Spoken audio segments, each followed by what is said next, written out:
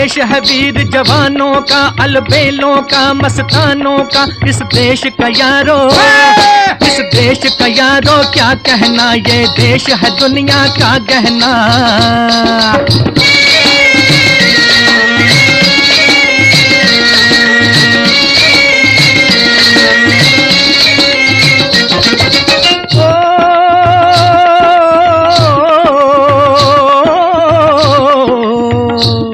यहाँ चौड़ी छाती वीरों की, यहाँ भोली शक्लें हीरों की। यहाँ गाते हैं रांझे, यहाँ गाते हैं रांझे मस्ती में, मचती हैं धूमें बस्ती में।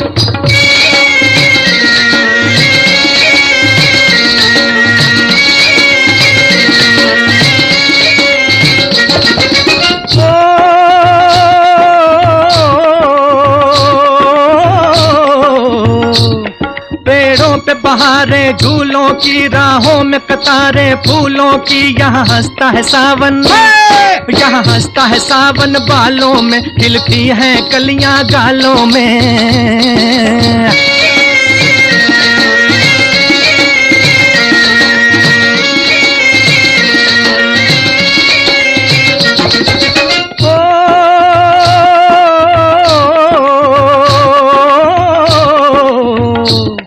कहीं दंगल शौक जवानों के, कहीं करतब तीर कमानों के। यहाँ नित नित मेले, यहाँ नित नित मेले सजते हैं, नित ढोल और ताशे बजते हैं।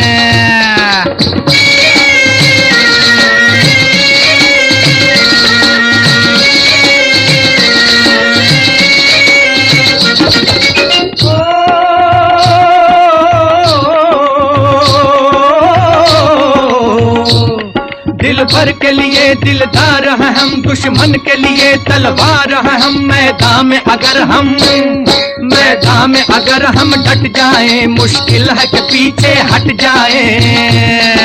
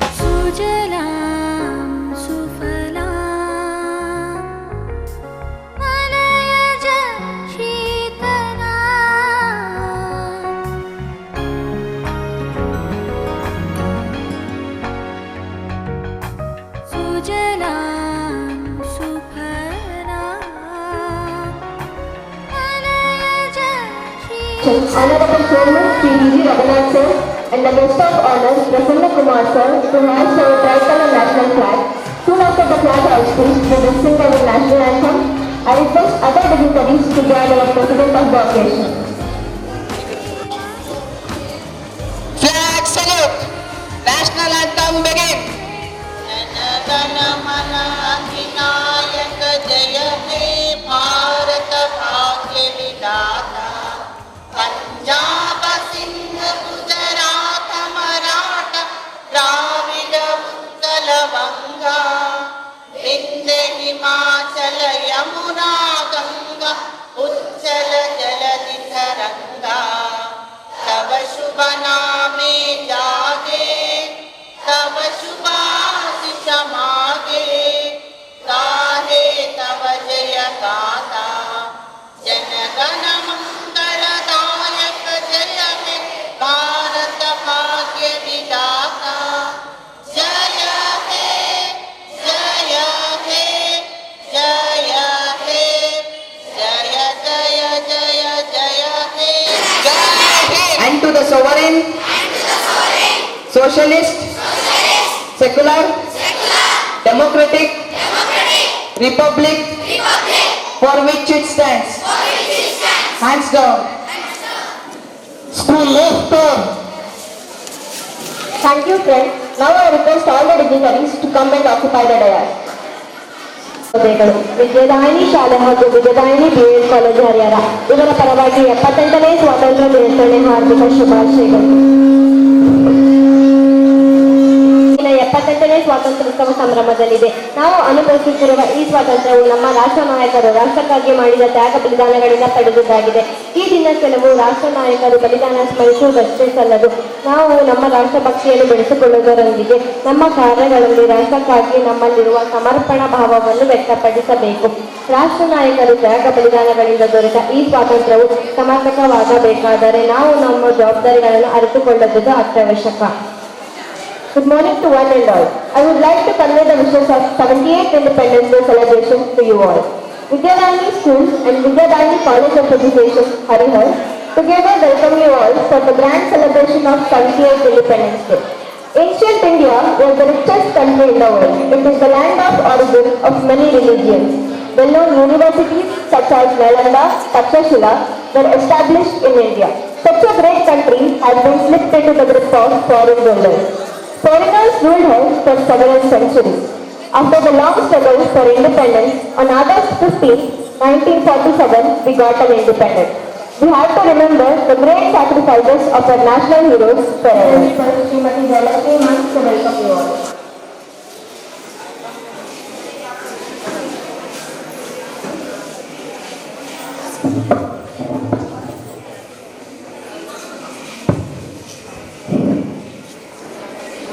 Good morning everyone.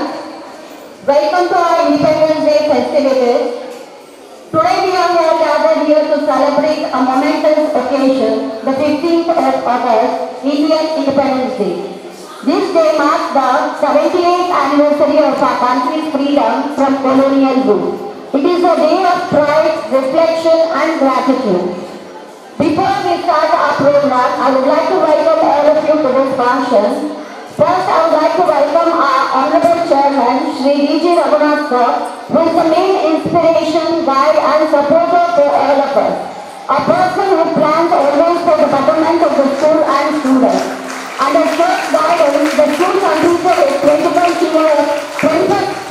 years of journey successfully and is stepping towards 22nd year. Welcome to this function, sir.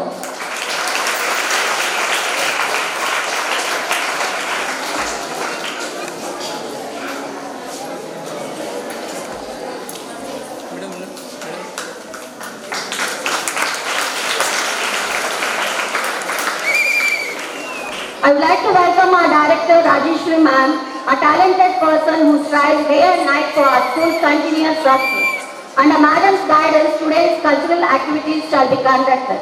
Welcome to this function, ma'am.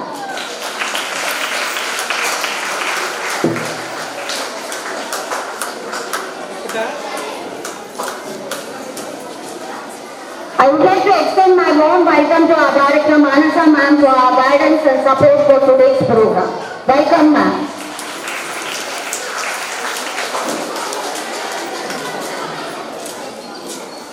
I would like to extend my warm welcome to our today's chief guest, Shri Prasanna Sir, who is a renowned lawyer in Haria.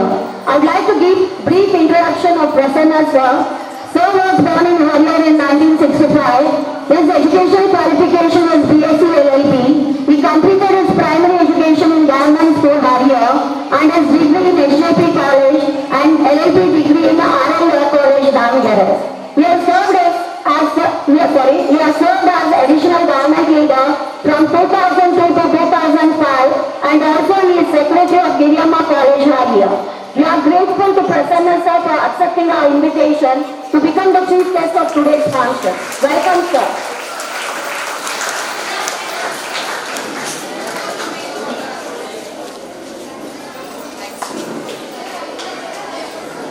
I would like to welcome Lingraj Puja Sir, Principal of Vidyadhani College of Education. Welcome, sir.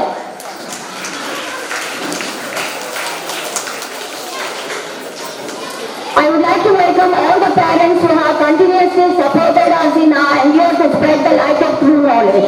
Welcome, parents. I would like to welcome all my dear staff members who are always active, hardworking and dedicated to make every event a memorable one. Welcome, staff members. I would like to welcome all my dear students who are eagerly waiting to show their talents. Welcome, dear students. I would like to welcome all the non-teaching staff members for making arrangements for today's function. Once again, welcome to one and all. Let's celebrate this day together, leaving all our differences. Cheers to this day. Jai Hind, Jai Bharat.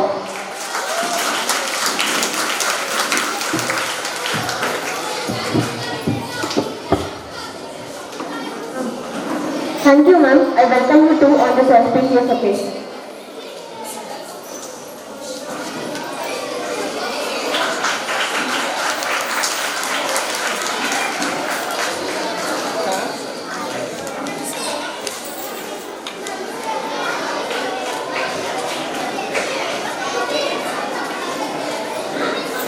Now it's time for our friends to speak some words about Independence Day. I request my friend Karthiki of 10th standard to speak a few words on this occasion. Today we gather here to celebrate the remarkable journey of our nation towards freedom. This year, the 78th Independence Day is being celebrated with the theme of Viksit Bharat, which means Developed India. This theme reflects the Indian government's vision to transform the nation into a developed nation by 2047, which will be the 100th anniversary of our independence. It's a day which echoes with the sacrifices of country heroes who fought tirelessly for our liberty. As we look back, 15th August 1947 marked the end of British colonial and India emerged as a sovereign nation. Jawaharlal Nehru became the first Indian Prime Minister to raise the Indian national flag at the Red Fort near Delhi's Lahore Gate. United we stand, divided we fall. With the non-violent resistance led by Mahatma Gandhi to the bravery of countless others, we stood united in our quest for self-determination. India Independence Day is not just about the past, it's a time to reflect on the present and visualize our future. Let us build a nation where every citizen enjoys dignity, equality and opportunity. Let us renew our commitment to the ideals of our freedom fighters, and I wish you all a very happy Independence Day, everyone. Let the freedom reign. The sun shall never set on so glorious a human achievement. Thank you very much. Thank you, friends, for bringing awareness about the future citizens of India. Now, I will invite Namrata of 10th standard to share her views on this occasion.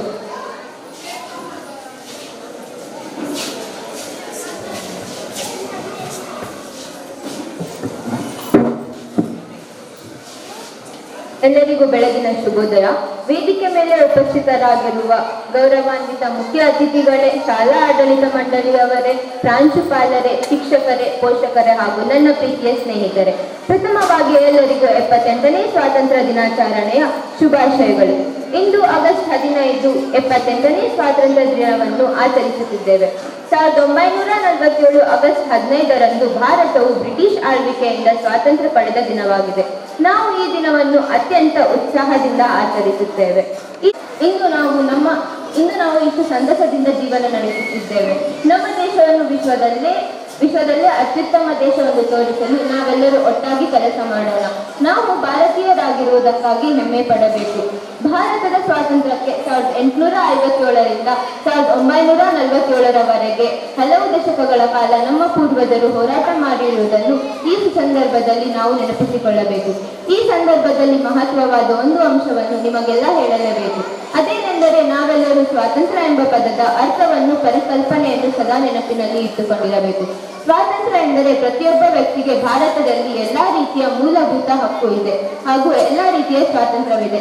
ಆದರೆ ಒಬ್ಬ ವ್ಯಕ್ತಿಯು ತನ್ನ ಸ್ವಾತಂತ್ರ್ಯದ ಹಕ್ಕಿನಿಂದ ಮತ್ತೊಬ್ಬರ ಸ್ವಾತಂತ್ರ್ಯಕ್ಕೆ ಅಡ್ಡಿಯಾಗುವ ಯಾವುದೇ ಕೆಲಸವನ್ನು ಮಾಡಬಾರದು ಎಂದು ಸದಾ ನೆನಪಿನಲ್ಲಿ ಇಟ್ಟುಕೊಂಡಿರಬೇಕು ಎನ್ನುತ್ತಾ ನನಗೆ ಇದುವರೆಗೂ ಮಾತನಾಡಲು ಅವಕಾಶ ಮಾಡಿಕೊಟ್ಟ ತಮ್ಮೆಲ್ಲರಿಗೂ ವಂದಿಸುತ್ತಾ ನನ್ನ ಮಾತುಗಳನ್ನು ಮುಗಿಸುತ್ತೇನೆ. ಸ್ವಾತಂತ್ರ್ಯದ ನಂತರ ನಮ್ಮ ದೇಶದ ಸ್ಥಿತಿಗಳ ಬಗ್ಗೆ ತಿಳಿಸಿ ನಮ್ಮ ಕರ್ತವ್ಯಗಳನ್ನು ನೆನಪಿಸಿದ್ದಕ್ಕಾಗಿ ಧನ್ಯವಾದಗಳು.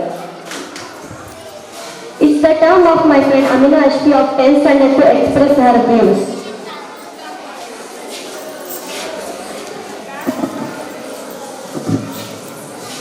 सुप्रभात माननीय मुख्य अतिथि एवं और मेरे प्यारे दोस्तों, आप सभी को 78 स्वतंत्र दिवस की हार्दिक शुभकामनाएं। गूंज रहा है दुनिया में हिंदुस्तान का नारा, गूंज रहा है दुनिया में हिंदुस्तान का नारा, चमक रहा है आसमान में तिरंगा हमारा। 15 अगस्त यानी आज का दिन हम सभी देशवासियों को बहुत ही गौरव का दिन है, क्योंकि 15 अगस्त को हमारा भारत देश ब्रिटिश शासन अंग्रेजों की गुलामी से आजाद हुआ था। इस आजादी के ना जाने कितने स्वतंत्र सेनानियों ने अपनी जान गंवाई थी। उन सभी स्वतंत्र सेनानियों को श्रद्धांजलि देने के लिए और उनका बलिदान और त्याग का नमन करने के लिए ये दिवस मनाया जाता है। आजादी को पाने के लिए हमारे स्वतंत्र सेनानियों ने काफी लंबी संघर्ष की थी और अपना पूरा जीवन इस आजादी की लड़ाई में गंवा दी। देश को आजाद करने में महात्मा गांधी, सुभाष चंद्र बोस, भगत सिंह, मंगल पांडे, चंद्रशेखर आजाद और अन्य कई कृतियों का योगदान था। आजादी के बाद हमारे देश ने साइंस, टेक्नोलॉजी, कृषि, खेल, शिक्षा आदि तमाम क्षेत्रों में उन्नति की है, लेकिन आज भी हमारे देश में बेरोजगारी, भ्रष्टाचार, आतंकवादी आदि कई समस्या है। तो चलिए इस स्वतंत्र दिवस के अवसर पर हम सब प्रतिज्ञा लेते हैं कि इन सभी समस्याओं का प्रति ईमानदारी और निष्ठा पूर्वक करेंगे और अपने भारत देश को उन्नति की ओर बढ़ाएंगे। ना पूछो जमाने से कि हमारी क्या कहानी है, ना पूछो जमाने से कि हमारी क्या कहानी है, हमारी पहचान बस इतनी है कि हम हिंदुस्तानी है। धन्यवाद। स्वतंत्र कैसे मनाया जाता है और क्यों मनाया जाता है, जिसके हमें जानकारी देने हैं। धन्यवाद। Now I request today's chief guest of the function, Prasanna Kumar sir, to address the ceremony.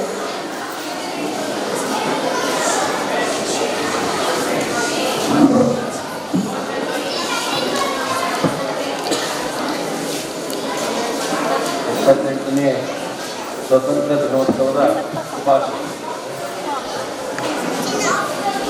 ಈ ಸಂಸ್ಥೆಯ ಮುಖ್ಯಸ್ಥರಾದ ಶ್ರೀಯುತ ಡಿ.ಜಿ. ರಘುನಾಥ್ ಅವರೇ ಹಾಗೂ ಈ ಸಂಸ್ಥೆಯ ಆಡಳಿತ ನಿರ್ವಹಣೆ ಮಾಡಿರುವಂತಹ ಶ್ರೀಮತಿ ರಾಜೇಶ್ವರಿ ಅವರೇ ಹಾಗೂ ಶಿಕ್ಷಣ ವಿದ್ಯಾಲಯದ ಪ್ರಾಂಶುಪಾಲರಾದಂಥ ಪೂಜಾ, ಇಲ್ಲಿರ್ತಕ್ಕಂಥ ಎಲ್ಲ ಬೋಧಕೇತರ ಸಿಬ್ಬಂದಿ ವರ್ಗದವರೇ, ವಿದ್ಯಾರ್ಥಿಗಳು, ನಿಮ್ಮೆಲ್ಲರಿಗೂ ತಿಳಿದಂತೆ ನಾವು 78ನೇ ಸ್ವತಂತ್ರ ದಿನಾಚರಣೆಯನ್ನು ಆಚರಿಸ್ತೇವೆ. ಈ 78 ದಿನಾಚರಣೆಯ ಸ್ವತಂತ್ರ ದಿನಾಚರಣೆಯಲ್ಲೂ ಕೂಡ ಒಂದೇ ವಿಷಯದ ಬಗ್ಗೆನೇ ನಾವು ಮಾತಾಡ್ತೀವಿ. 1851ನೇ ಇಸ್ವಿ ಮೊಟ್ಟ ಮೊದಲ ಸ್ವತಂತ್ರ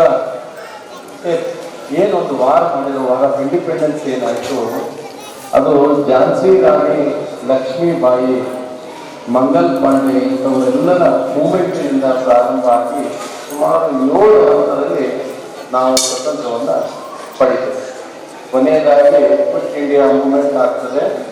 ಆ ನಂತರ ನಮ್ಮ ದೇಶ ವಿಭಜನೆ ಆಗುತ್ತೆ, ಪಾರ್ಟಿಷನ್ ಆಗ್ತದೆ.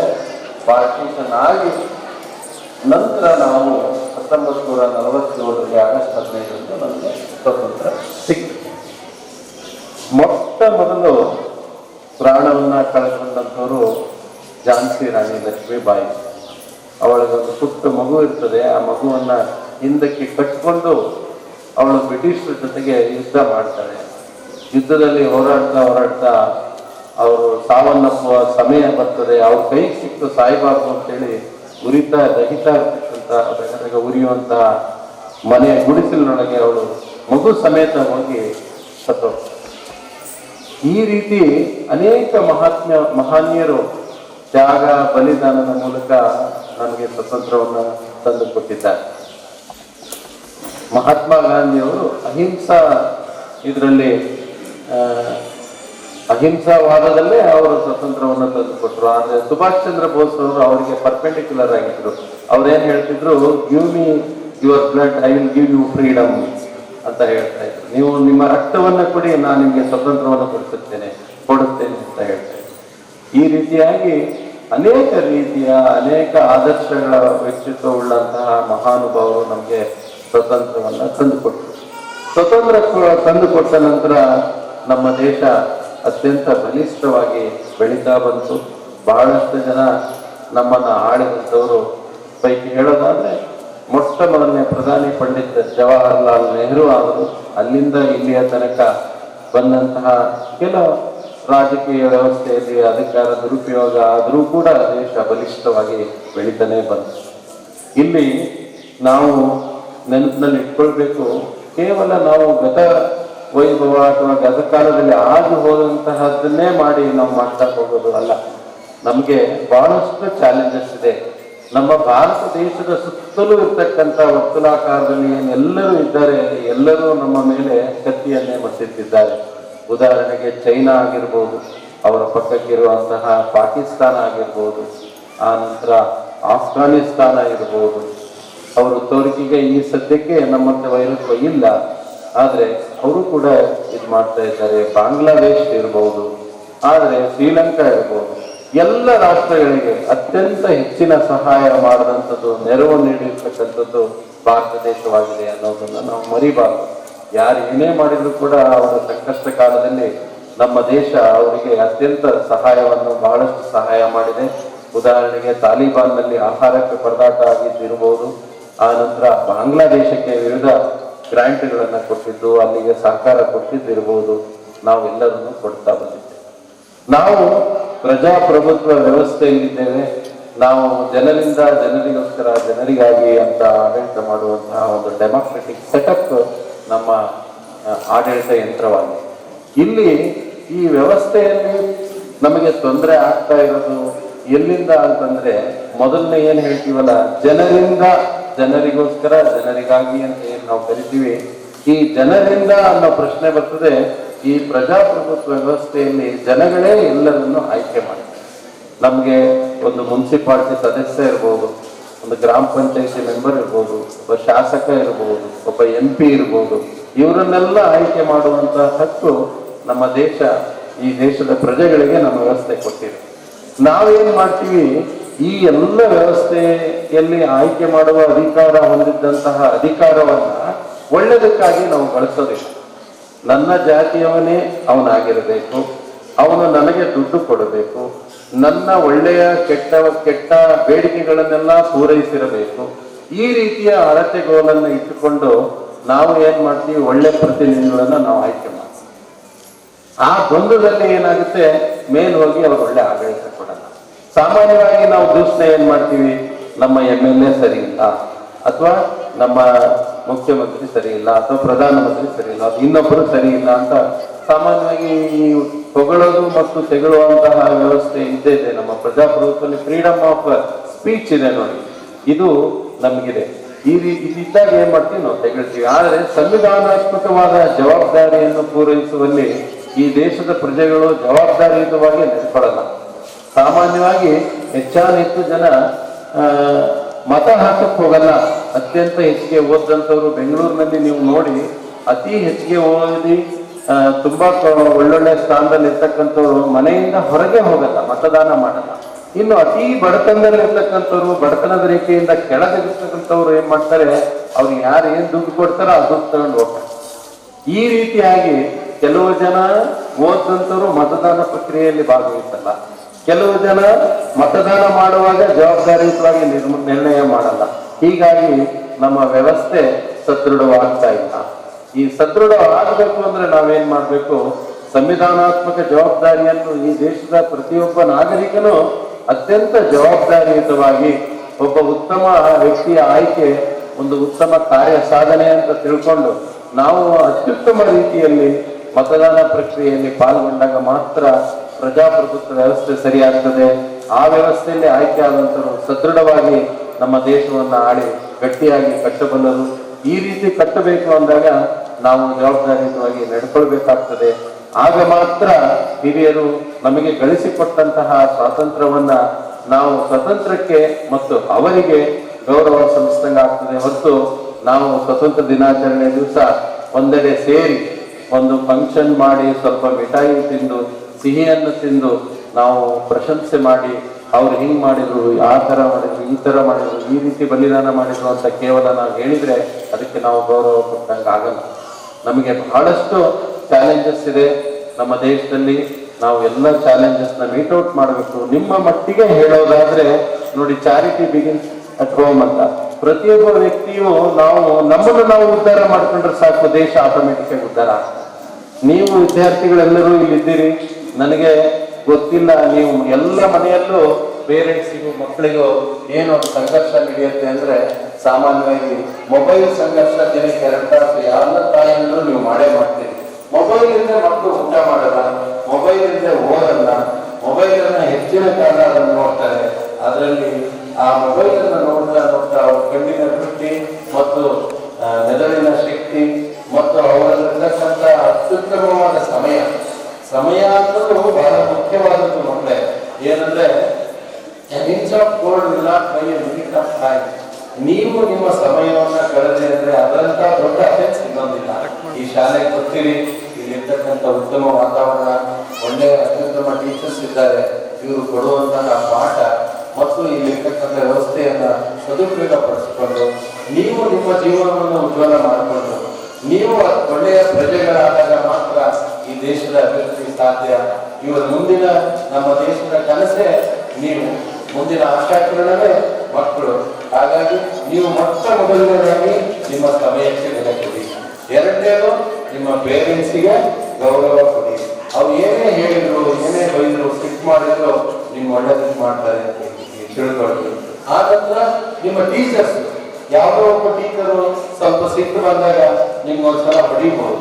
ನಮಗೆ ನಾವು ಸರ್ಕಾರಿ ಶಾಲೆಗೆ ಹೋಗುವಾಗ ಕೈ ಕೆಳಗಾಗಿ ಕಿವಿ ಹಿಡಿಸ್ತಿದ್ರು, ನಮಗೆ ಬೆನ್ನಿ ಹೊಡೆಯೋರು. ಹನುಮಂತಪ್ಪ ಮೇಷ್ಟ್ರು ಅಂತ ರಾಜನಹಳ್ಳಿ ಮೇಷ್ಟ್ರು ಬೆನ್ನಿ ಕರ್ದ ಹೊಡೆದ್ರೆ 2 ದಿವಸ ನೋವು ಹೋಗ್ತಿದ್ದಿಲ್ಲ ಅಂಗಡಿಯವರು. ಯಾವ ಮಕ್ಕಳಿಗೂ ಮ್ಯಾನೇಜ್ಮೆಂಟ್ ನಲ್ಲಿ ಜಗಳ ಬರ್ತಾರೆ.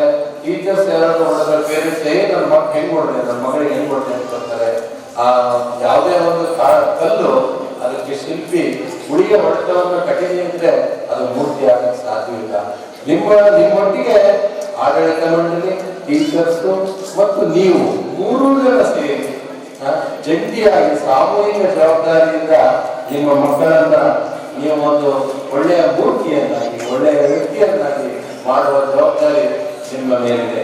ಹಾಗಾಗಿ ನೀವೆಲ್ಲರೂ ಆಡಳಿತ ಮಂಡಳಿಗೆ ಗೌರವಿಸಿ, ಇಲ್ಲಿರ್ತಕ್ಕಂಥ ಟೀಚರ್ಸ್ಗೆ ಗೌರವಿಸಿ, ಅವರೊಟ್ಟಿಗೆ ಕೈ ಸೇರಿಸಿ ಈ ಮುದ್ದು ಮಕ್ಕಳನ್ನ ಅತ್ಯುತ್ತಮವಾದ ಪ್ರಜೆಗಳನ್ನಾಗಿ ಮಾಡಿ ಇವರು ಯಾವ ರಂಗದಲ್ಲಿ ಇಷ್ಟಪಡ್ತಾರೋ ಆ ರಂಗದಲ್ಲಿ ಅವರ ಸಾಧನೆಯನ್ನ ಮಾಡ್ತಾರೆ. ನನಗೆ ಮೊದಲು ನೀವು ಎಲ್ಲ ಮನೆಯಲ್ಲೂ ಪೇರೆಂಟ್ಸಿಗೂ ಮಕ್ಕಳಿಗೂ ಏನು ಒಂದು ಸಂಘರ್ಷ ನಡೆಯುತ್ತೆ ಅಂದ್ರೆ ಸಾಮಾನ್ಯವಾಗಿ ಮೊಬೈಲ್ ಸಂಘರ್ಷ ದಿನಕ್ಕೆ 2 ತಾಸು ಎಲ್ಲ ತಾಯಿಯಂದ್ರು ನೀವು ಮಾಡೇ ಮಾಡ್ತೀರಿ.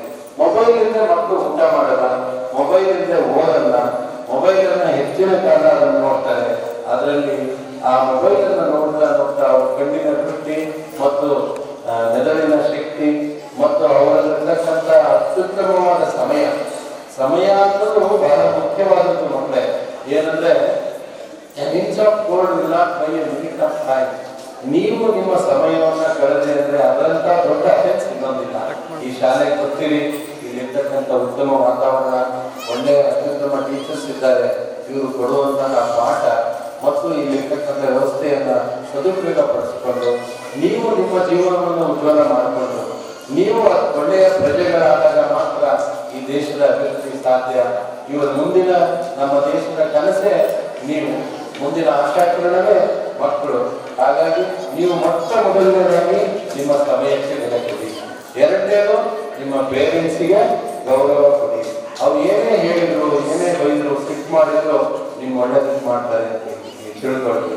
ಆ ನಂತರ ನಿಮ್ಮ ಟೀಚರ್ಸ್, ಯಾವುದೋ ಒಬ್ಬ ಟೀಚರು ಸ್ವಲ್ಪ ಸಿಟ್ಟು ಬಂದಾಗ ನಿಮ್ಗೊಂದ್ಸಲ ಹೊಡಿಬಹುದು. ನಮಗೆ ನಾವು ಸರ್ಕಾರಿ ಶಾಲೆಗೆ ಹೋಗುವಾಗ ಕೈ ಕೆಳಗಾಗಿ ಕಿವಿ ಹಿಡಿಸ್ತಿದ್ರು, ನಮಗೆ ಬೆನ್ನಿಗೆ ಹೊಡೆಯೋರು. ಹನುಮಂತಪ್ಪ ಮೇಷ್ಟ್ರು ಅಂತ ರಾಜನಹಳ್ಳಿ ಮೇಷ್ಟ್ರು ಬೆನ್ನಿಗೆ ಜವಾಬ್ದಾರಿ ಹೊಡೆದ್ರೆ 2 ದಿವಸ ನೋವು ಹೋಗ್ತಿದ್ದಿಲ್ಲ ಅಂಗಡಿಯವರು. ಯಾವ ಮಕ್ಕಳಿಗೂ ಮ್ಯಾನೇಜ್ಮೆಂಟ್ ನಲ್ಲಿ ಏನಾದ್ರು ಜಗಳ ಬರ್ತಾರೆ, ಟೀಚರ್ಸ್ ಯಾರಾದ್ರೂ ಹೊಡೆದ್ರೆ ಪೇರೆಂಟ್ಸ್ ನನ್ನ ಮಕ್ಕಳು ಹೆಂಗ್ ಹೊಡೆದೆ, ನನ್ನ ಮಗಳಿಗೆ ಹೆಂಗ್ ಹೊಡೆದೆ ಅಂತ ಬರ್ತಾರೆ. ಆ ಯಾವುದೇ ಒಂದು ಕಲ್ಲು ಅದಕ್ಕೆ ಶಿಲ್ಪಿ ಹುಳಿಯ ಹೊಡೆತವನ್ನು ಕಠಿಣ ಇದ್ರೆ ಅದು ಮೂರ್ತಿ ಆಗಕ್ಕೆ ಸಾಧ್ಯವಿಲ್ಲ. ನಿಮ್ಮೊಟ್ಟಿಗೆ ಆಡಳಿತ ಮಂಡಳಿ, ಟೀಚರ್ಸ್ ಮತ್ತು ನೀವು 3 ಜನ ಸೇರಿ ಜಂಟಿಯಾಗಿ ಸಾಮೂಹಿಕ ಜವಾಬ್ದಾರಿಯಿಂದ ನಿಮ್ಮ ಮಕ್ಕಳನ್ನ ನೀವು ಒಂದು ಒಳ್ಳೆಯ ಮೂರ್ತಿಯನ್ನಾಗಿ, ಒಳ್ಳೆಯ ವ್ಯಕ್ತಿಯನ್ನಾಗಿ ಮಾಡುವ ಜವಾಬ್ದಾರಿ ನಿಮ್ಮ ಮೇಲಿದೆ. ಹಾಗಾಗಿ ನೀವೆಲ್ಲರೂ ಆಡಳಿತ ಮಂಡಳಿಗೆ ಗೌರವಿಸಿ, ಇಲ್ಲಿರ್ತಕ್ಕಂಥ ಟೀಚರ್ಸ್ಗೆ ಗೌರವಿಸಿ, ಅವರೊಟ್ಟಿಗೆ ಕೈ ಸೇರಿಸಿ ಈ ಮುದ್ದು ಮಕ್ಕಳನ್ನ ಅತ್ಯುತ್ತಮವಾದ ಪ್ರಜೆಗಳನ್ನಾಗಿ ಮಾಡಿ ಇವರು ಯಾವ ರಂಗದಲ್ಲಿ ಇಷ್ಟಪಡ್ತಾರೋ ಆ ರಂಗದಲ್ಲಿ ಅವರ ಸಾಧನೆಯನ್ನ ಮಾಡ್ತಾರೆ. ಮೊದಲಿನ ಹಾಗಿಲ್ಲ ಮಕ್ಕಳೇ. ಮೊದಲು ಕೆಲಸ ಟ್ಯಾಲೆಂಟ್ಗೆ ಅತ್ಯುತ್ತಮವಾದ ಜಗತ್ತಿನಲ್ಲಿ ಬೆಲೆ ಇದೆ. ಕೆಲಸ ಇಲ್ಲ, ನನಗೆ ಆಗಲ್ಲ ಮಾಡಕ್ಕೆ ಅಂತ ಹೇಳುವಂತ ಲೇಜಿ ಪೀಪಲ್ಗೆ ಇವತ್ತಿನ ಜಗತ್ತಿನಲ್ಲಿ ಅವಕಾಶ ಇಲ್ಲ. ನೀವು ಎಲ್ಲ ಮಕ್ಕಳು ಇವತ್ತು ಒಂದು ಚಾಲೆಂಜ್ ಆಗಿ ತಗೊಳ್ರಿ. ಬರೋ ವರ್ಷ ನಾವೆಲ್ಲರೂ ತಂದೆ ತಾಯಿಗಳು ಮಾತಾಡಿರ್ಬಾರ್ದು, ಅಷ್ಟು ರೀತಿಯಲ್ಲಿ ಮಾರ್ಕ್ಸ್ ತಗೊಂಡು ಹೋಗ್ಬೋದು. ಮಾರ್ಕ್ಸ್ ಚೆನ್ನಾಗಿ ನೀವು ಬೆಳವಣಿಗೆ ಮಾಡ್ಕೋಬಹುದು. ಮುಂದಿನ ಜೀವನ ನಿಮ್ದು ಭವಿಷ್ಯ ಉಜ್ವಲ ಆಗಲಿ.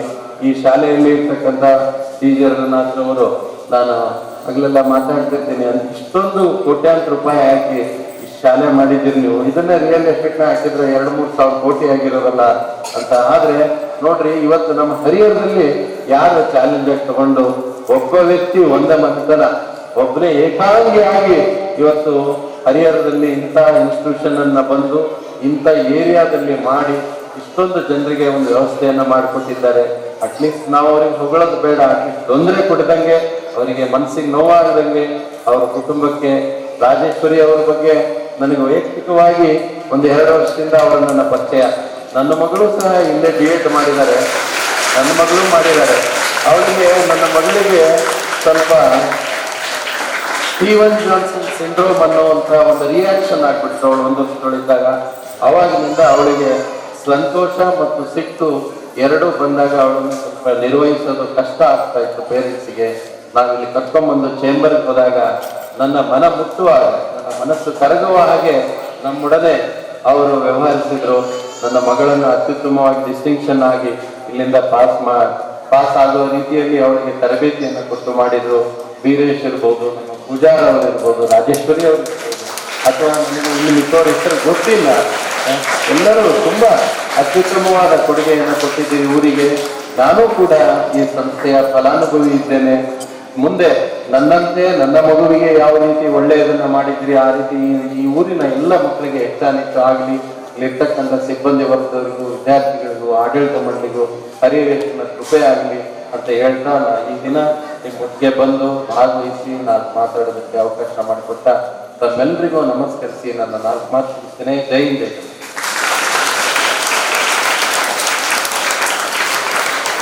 Sir has remembered the first struggle of independence led by Mangal Pandey and Jhansi Rani Lakshmi Bai's sacrifice. Sir also told that India is growing strongly and we too have to contribute our service for the country. Thank you, sir, for your inspiring speech. I request our Honorable Chairman, sir, to honor the chief guest of this function, Prasanna Kumar, sir.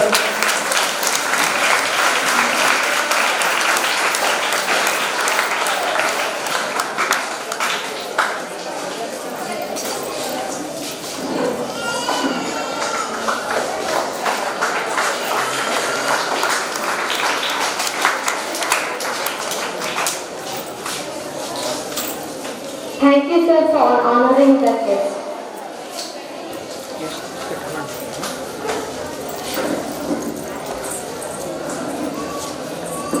Now, I request our Honorable Chairman, Sri D.G. Raghunath sir, to conduct presidential address. ಶುಭ ದಿನ. ನಹಿ ಜ್ಞಾನೇನ ಸದೃಶಂ, ವಿದ್ಯೆಗಿಂತ ಮಿಗಿಲಾದದ್ದು ಬೇರೆ ಯಾವುದೂ ಇಲ್ಲ. ವಿದ್ಯೆಯುಳ್ಳವನ ವಿದ್ಯೆಯುಳ್ಳವನ ಮುಖವು ಮುದ್ದು ಬರುವಂತಿತ್ತು, ವಿದ್ಯೆ ಇಲ್ಲದವನ ಬರಿ ಮುಖವು ಹಾಳೂರ ಹತ್ತನೆಂತಿತ್ತು. ಸರ್ವಜ್ಞ. 78ನೇ ಸ್ವತಂತ್ರ ದಿನಾಚರಣೆಯ ಹಾರ್ದಿಕ ಶುಭಾಶಯಗಳು. ಈ ಶುಭ ಸಂದರ್ಭದಲ್ಲಿ ವೇದಿಕೆ ಮೇಲೆ ಆಸೀನರಾಗಿರ್ತಕ್ಕಂಥ ಮುಖ್ಯ ಅತಿಥಿಗಳಾಗಿ ಬಂದಿರತಕ್ಕಂಥ ಆತ್ಮೀಯರು, ಖ್ಯಾತ ವಕೀಲರು ಮತ್ತು ಗಿರಿಯಮ್ಮ ಕಾಲೇಜಿನ ಕಾರ್ಯದರ್ಶಿಗಳು ಆದಂಥ ಸನ್ಮಾನ್ಯ ಶ್ರೀ ಪ್ರಸನ್ನ ಕುಮಾರ್ ಅವರೇ, ಈ ಸಂಸ್ಥೆಯ ನಿರ್ದೇಶಕಿ ಸುಪುತ್ರಿ ರಾಜೇಶ್ವರಿ ಅವರೇ, ಇನ್ನೋರ್ವ ನಿರ್ದೇಶಕಿ ಸುಪುತ್ರಿ ಮಾನಸಾರವರೇ, ಈ ಸಂಸ್ಥೆಯ ಪ್ರಾಂಶುಪಾಲರಾದಂಥ ಶ್ರೀಮತಿ ಜಯಲಕ್ಷ್ಮೀರವರೇ, BEd ಕಾಲೇಜಿನ ಪ್ರಾಂಶುಪಾಲರಾದಂಥ ಪೂಜಾರವರೇ ಮತ್ತು ಎಲ್ಲ ಪ್ರತಿಭಾವಂತ ಶಿಕ್ಷಕರೇ, ಎಲ್ಲ ಸಜ್ಜನ ನಾಗರಿಕ ಬಂಧುಗಳೇ ಮತ್ತು ಪೋಷಕರೇ ಮತ್ತು ಬಾಲಕ ಬಾಲಿಕೆಯರೇ, ಈಗಾಗಲೇ ಈ ಸ್ವತಂತ್ರ ಯಾವ ರೀತಿ ಬಂತು, ನಾವು ಯಾವ ರೀತಿ ನಡ್ಕೊಳ್ತಾ ಇದ್ದೀವಿ, ಇವತ್ತು ಮನೆಯಲ್ಲಿ ಏನು ತೊಂದರೆ ಇದೆ ಅಂತ ಹೇಳಿ ಆ ಪೋಷಕರ ಜೊತೆಗೆ ಮತ್ತು ಮಕ್ಕಳ ನಡುವೆ ಯಾವ ರೀತಿ ಘರ್ಷಣೆಗಳಾಗ್ತವೆ ಅನ್ನೋದ್ರ ಬಗ್ಗೆ ನಮ್ಮ ಪ್ರಸನ್ನ ಕುಮಾರ್ ಅವರು ನಿಮ್ಗೆಲ್ಲರಿಗೂ ಹೇಳ್ಕೊಟ್ಟಿದ್ದಾರೆ. ಈ ಪ್ರಥಮ ಮಹಿಳೆ ಜೀವ ಕೊಟ್ಟಂತವ್ರು ಯಾರು? ಏನ್ ಕೇಳ್ಕೊಂಡ್ರಿ ಮಕ್ಕಳು? ಸ್ವತಂತ್ರಕ್ಕೋಸ್ಕರ ಬಲಿದಾನ ಯಾರ್ದಾಯ್ತು? ಝಾನ್ಸಿ ರಾಣಿ ಲಕ್ಷ್ಮೀಬಾಯಿ ಅವರ ಬಲಿದಾನದಿಂದ ಅನೇಕ ಉತ್ತಮ ಪುರುಷರು ನಮ್ಗೆಲ್ರಿಗೂ ಸ್ವತಂತ್ರ ಬೇಕು, ಬ್ರಿಟಿಷರನ್ನ ತೊಲಗಿಸಬೇಕು, ಹೋರಾಟದಿಂದ ತಗೊಳ್ಬೇಕು, ಶಾಂತಿಯಿಂದ ಪಡಿಬೇಕು ಅಂತ ಹೇಳಿ ಅನೇಕ ಗಣ್ಯರು ಹೋರಾಟ ಮಾಡಿ ಅವರ ರಕ್ತ ಬಲಿದಾನ ಕೊಟ್ಟು ನಾವೆಲ್ಲರೂ ಇವತ್ತು ಈ ರೀತಿ ಕುತ್ಕೊಂಡು ನಾವೆಲ್ಲರೂ ಗಂಡು ಹೆಣ್ಣು ಯಾವುದೇ ಭೇದ ಭಾವದಿಂದ ಎಲ್ಲರೂ ಶಿಕ್ಷಣ ಪಡಿತಾ ಇದ್ದೀವಿ. ಮುಂಚೆ ಶಿಕ್ಷಣ ಸಿಗೋದು ಬಹಳ ಕಷ್ಟ ಇತ್ತು. ಇವತ್ತು ನೀವೆಲ್ಲ ಸ್ವರ್ಗದಲ್ಲಿ ಇದ್ದೀರಿ. ಇವತ್ತು ಎಲ್ಲ ರೀತಿಯ ಸೌಲಭ್ಯಗಳು ನಿಮ್ಗೆ ಸಿಗ್ತಾ ಇದ್ದಾರೆ. ಇದಕ್ಕೆ ಕಾರಣ ನಮ್ಮ ಪೂರ್ವಜರು ನಮಗೋಸ್ಕರ, ಮುಂದೆ ಬರ್ತಕ್ಕಂಥ ಪೀಳಿಗೆಗೋಸ್ಕರ ನಾವು ಸ್ವತಂತ್ರ ತಂದು ಕೊಡಬೇಕು, ಎಲ್ರಿಗೂ ಸಮನಾದ ಹಕ್ಕು ಸಿಗಬೇಕು ಅಂತೇಳಿ ಹೋರಾಟ ಮಾಡಿ ನಮಗೆ ಸ್ವತಂತ್ರ ತಂದು ಕೊಟ್ಟಿದ್ದಾರೆ. ಇದನ್ನ ಸದ್ಬಳಕೆ ಮಾಡ್ಕೊಳ್ಬೇಕು. ಇವತ್ತು ಈ ಸ್ವತಂತ್ರ ಬಂದ ನಂತರ ಏನಾಗ್ತಾ ಇದೆ ಅಂದ್ರೆ ಮನುಷ್ಯರಿಗೆ ದುರಾಸೆ ಹುಟ್ಕೊಳ್ತಾ ಇದೆ. ನೀವು ಯಾವುದೇ ಆಫೀಸ್ನಲ್ಲಿ ಹೋಗ್ರಿ, ಸಾಮಾನ್ಯ ಜನರ ಕೆಲಸಗಳು ಆಗೋದು ಬಲು ಕಷ್ಟ ಆಗ್ತಾ ಇದೆ. ಎಲ್ಲಿ ನೋಡಿದ್ರು ಭ್ರಷ್ಟಾಚಾರ ಹೆಚ್ಚಾಗ್ತಾ ಇದೆ. ನೀವು ಇವತ್ತೆಲ್ಲ TV ಮಾಧ್ಯಮದಲ್ಲಿ ನೋಡ್ತಾ ಇರ್ಬೋದು. ಎಲ್ಲಿ ನೋಡಿದ್ರು ಎಲ್ಲಾ ರೀತಿಯಿಂದ ಭ್ರಷ್ಟಾಚಾರ ರಹಿತ ಜೀವನ ನಾವು ನಡೆಸಬೇಕು ಅಂತ ಅಂದ್ರೆ ನೀವು ಈಗಿನ ಮಕ್ಕಳು ಮುಂದೆ ಸತ್ಪ್ರಜೆಗಳಾಗಬೇಕಂದ್ರೆ ಈಗಿನಿಂದನೇ ನೀವು ಒಳ್ಳೆಯ ಗುಣಗಳನ್ನ ಬೆಳೆಸ್ಕೊಳ್ಬೇಕು, ಮಾನವೀಯತೆ ಗುಣಗಳನ್ನ. ನಾನು ಯಾವುದೋ ಒಂದು ಸರ್ಕಾರಿ ಅಧಿಕಾರಿ ಆದ್ರೆ ಸಾಮಾನ್ಯ ಜನರು ಬಂದ್ರೆ ಅವ್ರಿಗೆ ಓಡಾಡಿಸ್ತೇನೆ, ಅವ್ರಿಗೆ ತಕ್ಷಣ ಸ್ಪಂದಿಸಿ ಅವ್ರ ಕೆಲಸವನ್ನ ನಾನು ಮಾಡ್ಕೊಡ್ತೇನೆ. ನನ್ನಿಂದ ಅವ್ರಿಗೆ ಯಾವುದೇ ಕಾರಣಕ್ಕೂ ತೊಂದರೆ ಆಗಬಾರ್ದು, ಖುಷಿಯಾಗಿರ್ಬೇಕು. ಬಂದಂತ ಬಡ ಜನರು ಆಶೀರ್ವಾದ ಮಾಡಿದ್ರೆ ನನಗೆ ಒಳ್ಳೇದಾಗುತ್ತೆ ಅನ್ನೋ ಭಾವನೆಯನ್ನ ಮಕ್ಕಳು ಬೆಳೆಸ್ಕೊಳ್ಬೇಕು. ಕೇವಲ ನಾನು ಸರ್ಕಾರಿ ಅಧಿಕಾರಿ ಆಗ್ತೇನೆ, ನಾನು ಫೈಲ್ ಅಂಕೆ ಇಟ್ಕೊಳ್ತೇನೆ, ಈ ಭಾವನೆಯನ್ನ ನಾವು ಹೊರಗೆ ಹಾಕ್ಬೇಕು. ಈ ದೇಶ ಅಭಿವೃದ್ಧಿ ಆಗ್ಬೇಕು ಅಂದ್ರೆ ಜಾತಿಯಿಂದ ಹೊರಗೆ ಬರ್ಬೇಕು ನಾವು. ಈಗ ಪ್ರಸನ್ನ ಕುಮಾರ್ ಅವರು ಹೇಳಿದ್ರು, ನಾವು ಚುನಾವಣೆಯಲ್ಲಿ ಯಾವ್ದು ನೋಡ್ತಾ ಇದ್ದೀವಿ? ಒಳ್ಳೆಯ ವ್ಯಕ್ತಿಗಳನ್ನು ನೋಡ್ತಾ ಇಲ್ಲ, ಕೇವಲ ಹಣ, ಜನಾಂಗ.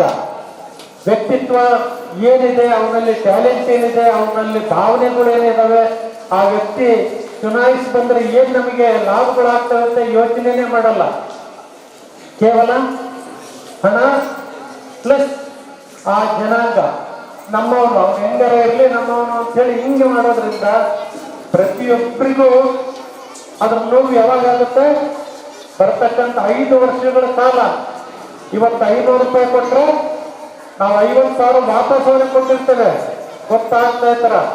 ಅದನ್ನ ಮಕ್ಕಳು ನೀವು ಅರ್ಥ ಮಾಡಿಕೊಂಡು ನೀವು ಏನೇನು ಕನಸು ಇಟ್ಕೊಂಡಿದ್ದೀರೋ ಅದನ್ನೆಲ್ಲ ಈಡೇರಿಸ್ಕೊಳ್ಬೇಕಂದ್ರೆ ಮೊದಲೇ ಮನೆಯಲ್ಲಿ ತಂದೆ ತಾಯಿಗೆ ಗೌರವ ಕೊಡಬೇಕು, ಮನೆಯಲ್ಲಿ ಕೆಲಸಗಳನ್ನ ಮಾಡಬೇಕು, ಮತ್ತೆ ಒಳ್ಳೊಳ್ಳೆಯ ಮಾತುಗಳನ್ನ ಆಡಬೇಕು. ಯಾವುದೇ ಕಾರಣಕ್ಕೂ ಕೆಟ್ಟ ಅಭ್ಯಾಸಗಳಿಗೆ ಬಲಿ ಆಗಬಾರ್ದು, ಕೆಟ್ಟ ಮಾತುಗಳನ್ನ ಆಡಬಾರ್ದು. ಪೂರ್ವಜರ ಇತಿಹಾಸಗಳನ್ನ ಓದ್ಕೊಂಡು ಅವರಲ್ಲಿರ್ತಕ್ಕಂಥ ಒಳ್ಳೆಯ ಗುಣಗಳು ನಮಗೂ ಬರಲಿ, ನಾವು ಆ ರೀತಿಯ ಒಳ್ಳೊಳ್ಳೆಯ ವ್ಯಕ್ತಿಗಳು ಆಗ್ಬೇಕು ಅಂತ ನೀವು ಮನಸ್ಸು ಮಾಡಿದ್ರೆ ಖಂಡಿತ ಆಗ್ಲಿಕ್ಕೆ ಸಾಧ್ಯ. ಮನಸ್ಸು ಮಾಡಿದ್ರೆ ಏನ್ ಬೇಕಾದ್ರೂ ಆಗ್ಬೋದು. ನಾನು ಹಿಂಗೆ ಆಗ್ಬೇಕು ಅಂತ ತೀರ್ಮಾನ ಮಾಡಿದ್ರೆ ನೀವು ಖಂಡಿತ ಆಗ್ತೀರಿ. ನೀವು ಕೂಡ ಮುಂದಿನ ದಿನಗಳಲ್ಲಿ ಈ ರಾಷ್ಟ್ರದ ಪ್ರತಿಭಾವಂತ ವ್ಯಕ್ತಿಗಳಾಗಿ ಹೊರಹೊಮ್ಮಲಿ. ಜೊತೆಗೆ ನೀವು ಏನೇನು ಅನ್ಕೊಂಡಿದ್ದೀರಿ, ನಿಮ್ಮ ಪೋಷಕರು ಏನು ಅನ್ಕೊಂಡಿದ್ದೀರೋ ಅದೆಲ್ಲ ಭಗವಂತ ನಿಮಗೆ ಕರುಣಿಸ್ಲಿ ಅಂತ ಹೇಳಿ ಈ ಶುಭ ಸಂದರ್ಭದಲ್ಲಿ ನಿಮ್ಮೆಲ್ರಿಗೂ ಮತ್ತೊಮ್ಮೆ ಶುಭವನ್ನು ಹಾರೈಸಿ ನಿಮ್ಮೆಲ್ರಿಗೂ ಆಯುರ್ ಆರೋಗ್ಯ ಭಾಗ್ಯ ಸುಖ ಸಂತೋಷ ಒಳ್ಳೆಯ ವಿದ್ಯೆ ಬುದ್ಧಿ ಸಕಲ ಸಂಪತ್ತು ಕೊಟ್ಟು ಇನ್ನು ಹೆಚ್ಚಿನ ರೀತಿಯಲ್ಲಿ ಪ್ರಗತಿ ಹೊಂದಿ ಅಂತ ಹೇಳಿ ನನ್ನ ಮಾತನ್ನ They suggested how to lead our life which will complement the growth of the nation. Thank you, sir, for your precious words and valuable message. Now, I request respected Director of the institution, Srimati Manasa Ma'am, to render vote of thanks. Esteemed Chief Guest, Shri Prasanna Kumar sir, your presence has truly elevated the occasion and your speech has motivated us to work towards better India. Thank you, sir. Next, I would like to thank my beloved father and founder trustee of this institution, Shri D.J. Raghunath sir, for his valuable support, guidance, was been a role model, visionary, and has been himself a man of principles and values. Thank you, sir. Next, I would like to express my gratitude to my beloved sister and director, Srimati Rajeshwari Madam, for her unwavering support and vision, through which and she is a driving force behind every successful event of our school. Thank you, Madam.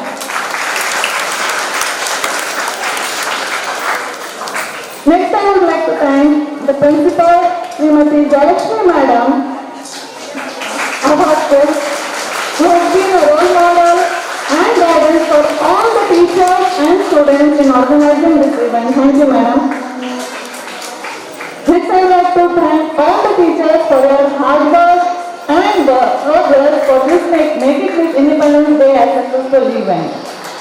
I would like to thank all the non-teaching staff for their contribution for this Independence Day celebration, and also thank all the students and parents for making this event a grand success. I would also like to thank the director of this institution, Sri Karthik sir, for making this event a grand success, and also the principal of BH College, Linda Pooja sir, for making this occasion a grand. Thank you, sir.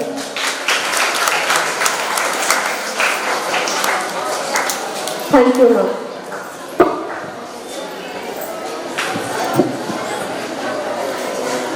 Good morning.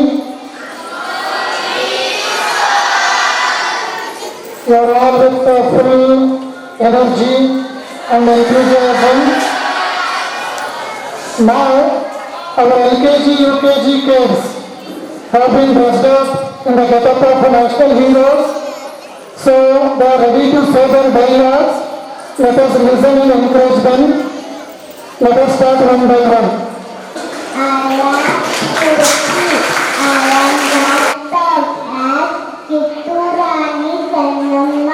Kitturani Kannamma was Queen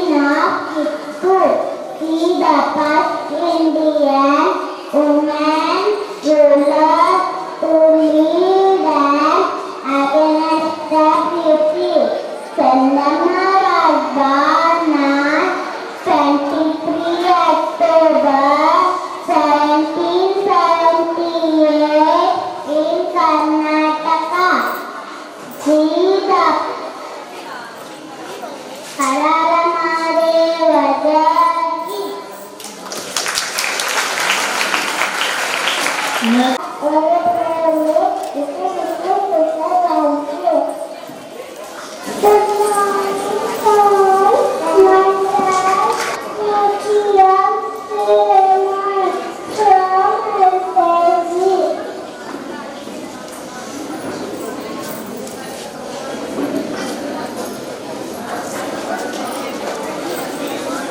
Good morning. I am Bhumika and the Sarojini Naidu was an Indian politician and activist and poetess childhood.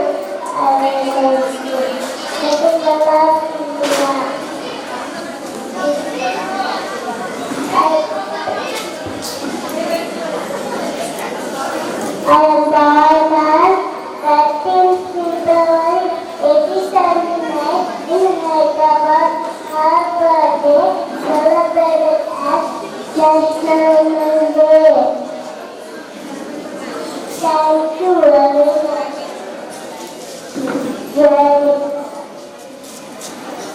Good morning. I am Lakshana. I am Indira Gandhi. Indira Gandhi was President then Minister of India.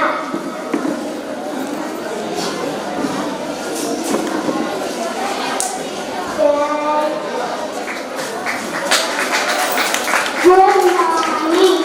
I am Anand and respected Bhagat Singh was a freedom fighter of India.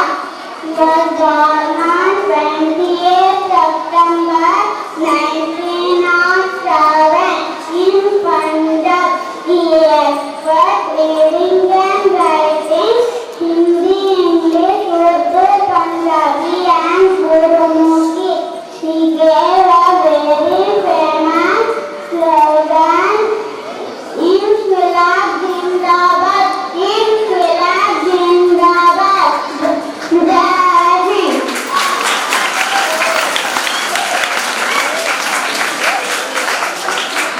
Good morning. I am Prashit and Rasta Mahatma Gandhi. Mahatma Gandhi was great freedom fighter.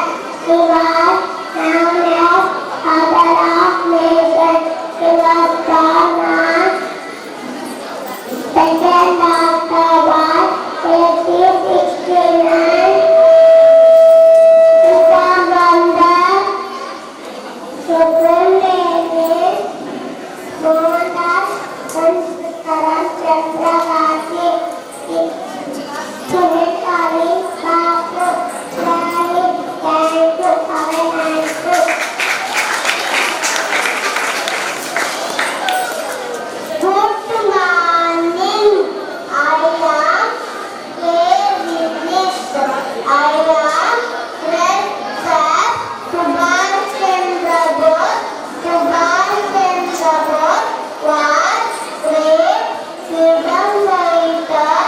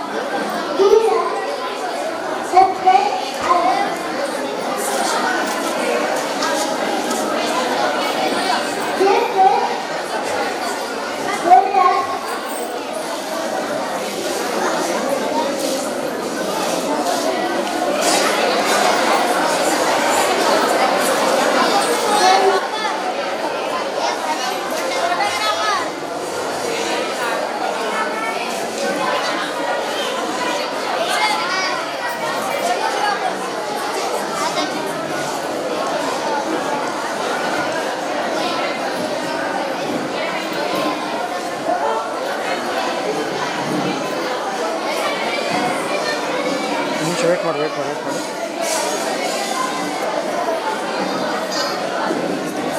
Raja chair ತೆಗಿಯೋದು, chair ಇಟ್ಟು.